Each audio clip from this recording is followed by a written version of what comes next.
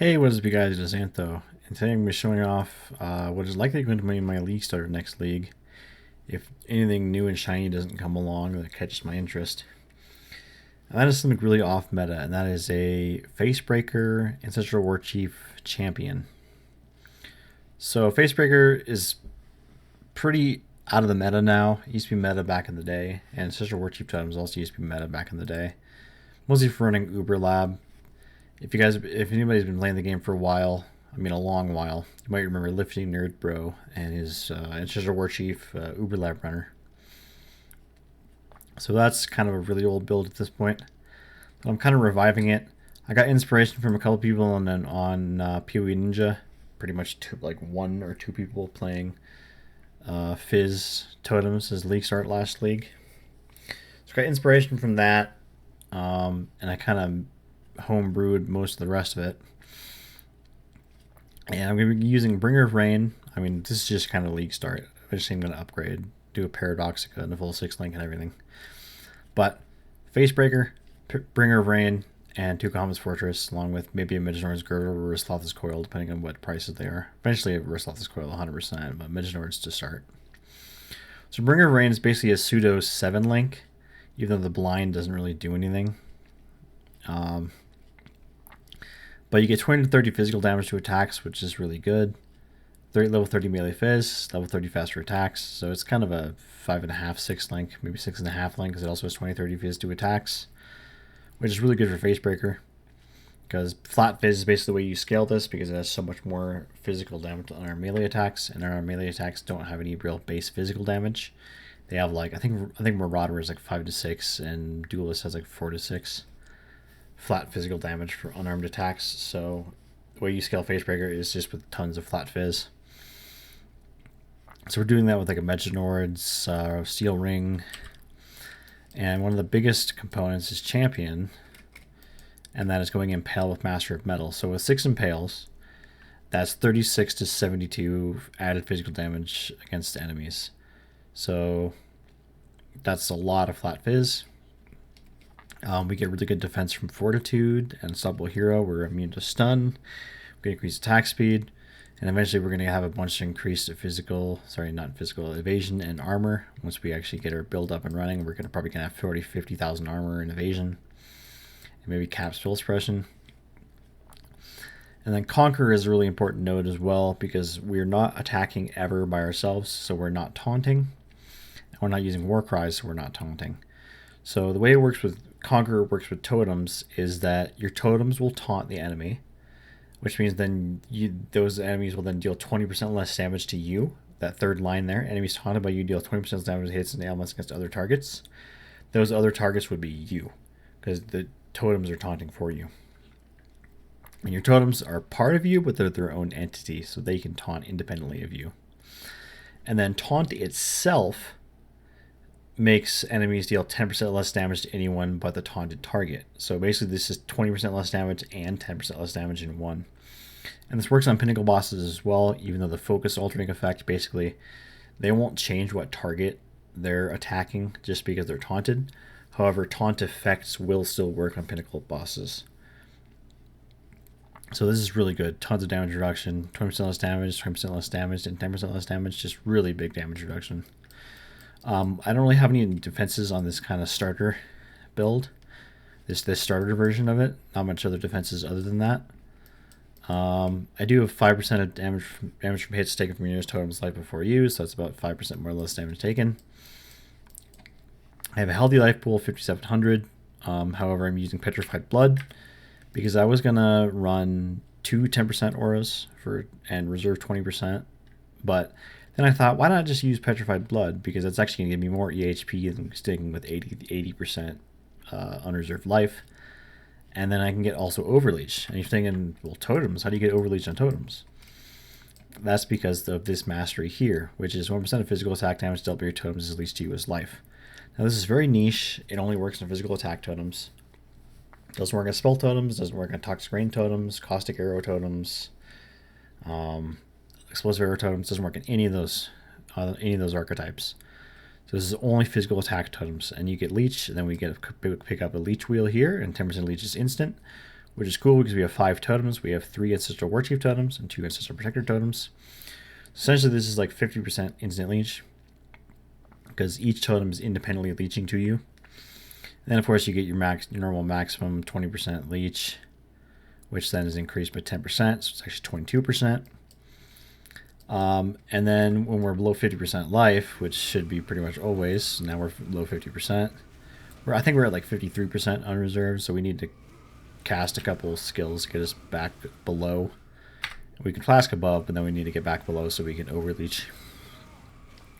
Because when you have slightly above 50% of petrified blood, you actually get overleech. Basically Slayer overleech, which is really cool. Especially when you have so many sources of leech and good leech rate, and you have some instant leech in there. Instant leech doesn't really matter for overleech, but the overleech is amazing, trust me. So, I might have missed a couple things. I'm running cluster jewels, but these are like just 1 damage mod cluster jewels. These are like not bad. This is your guidance time experience, but you can just craft these with harvest. Literally a couple harvest reforged speed, and you can probably get a couple of these really, really easy. Also, you can probably buy them for pretty cheap, just natural drops on trade. Not much to say here. This is kind of just a Fizz totem tree. I'm going to be making a full leveling, not a leveling guide on YouTube, but a full PoE with leveling skill sections and everything for the character. I did a test character level through the campaign, and it went swimmingly. Went fantastic. All I just got was a Facebreaker and a Meginord's. Facebreaker should be really cheap. You can pick them up at level 16, which means by the time you actually are 28, there's probably going to be quite a few in the market because they'll be dropping for 12 levels beforehand. And that's if you're the fastest leveler in the world. There's still going to be ones on the market. If you're a slow leveler, there are going to be a ton on the market for quite cheap. So look out for Facebreaker and swap to it at 28 when you can get Ancestral Warchief. And also, I've set up my PoE so you get Ancestral Bond exactly at level 28 as well. So then you have 2 Ancestral Warchief totems doing all your damage with Facebreaker and Meginord's. And then you're going to pick up Master of Metal first for all that flat fizz. And at level 31, you're going to go with Impale support, so you get tons of Impales, tons of flat fizz. You're going to be doing damage, crazy damage for the campaign. And then these jewels are basically just really basic damage life jewels. I know they look really good, but they're actually not that good. I picked these up for like 20C right now, and this is with severe affliction inflation at end of league. Trust me, you can buy these for like less than 5C at League Start. So without further ado, let's do a little what is this, Constrictor run real quick. Just show you how the build plays and how good the Overleech is. Overleech is so good.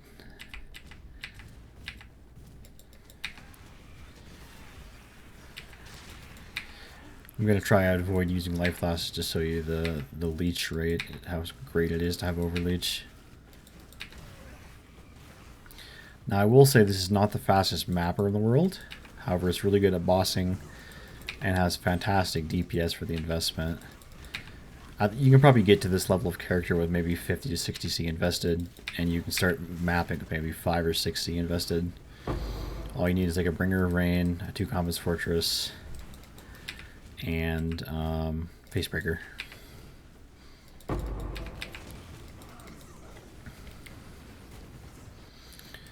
So we'll do the map, and then we'll do Constrictor.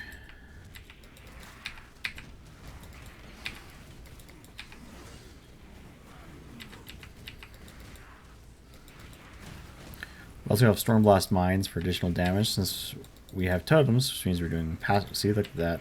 That was Overleech going there.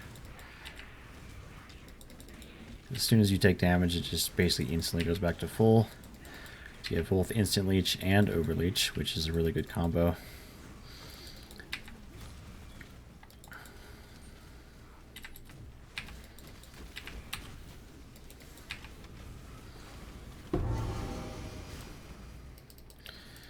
Elevore, sure, I'll pick that up. It's not really worth anything, but... Woo! See, this is a King Harbinger, I think. Because this is my Atlas from Affliction League. So it's going to have some crazy stuff that you wouldn't actually have at League Start. I could possibly die here because I don't have any spell suppression. And those lightning balls, those ball lightning attacks do lots of damage.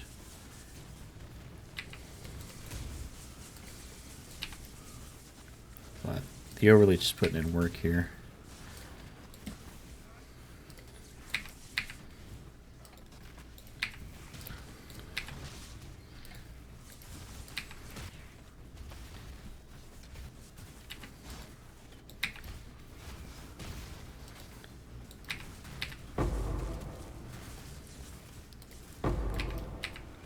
Go.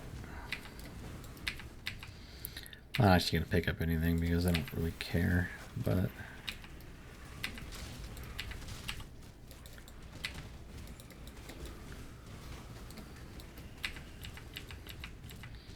let's just go ahead and do the boss.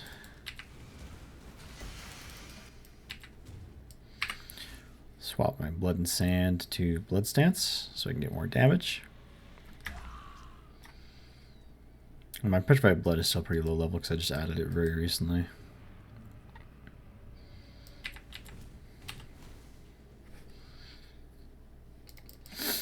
Alright.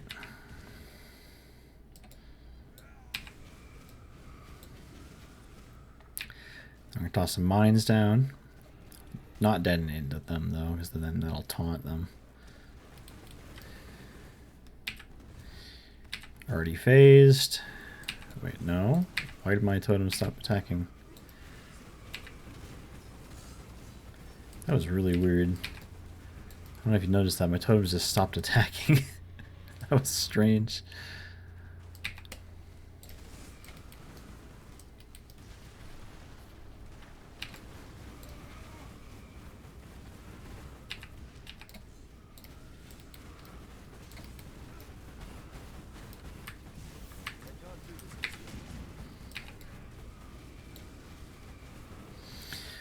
I think I should have about 7.5 million DPS with the starter gear, like 50-60 invest.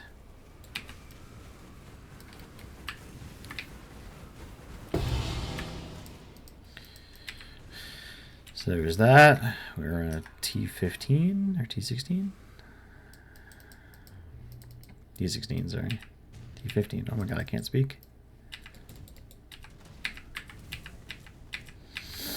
But yeah, the clear speed's not that great, but it should be able to progress through the Atlas really well on like almost no gear. The only issue is capping your res, which isn't really that hard. You just gotta get some solid res gear because you're using like 1, 2, 3, 4 uniques. And you don't get body armor. So you don't get your helmet slot, you don't get your belt slot, glove slot, or shield slot. You only get your rings, rings, amulet, and your boots. So that is the build. I will release a work in progress POB in the description if you want to check it out for the leveling. And that's it for today, you guys. Peace out.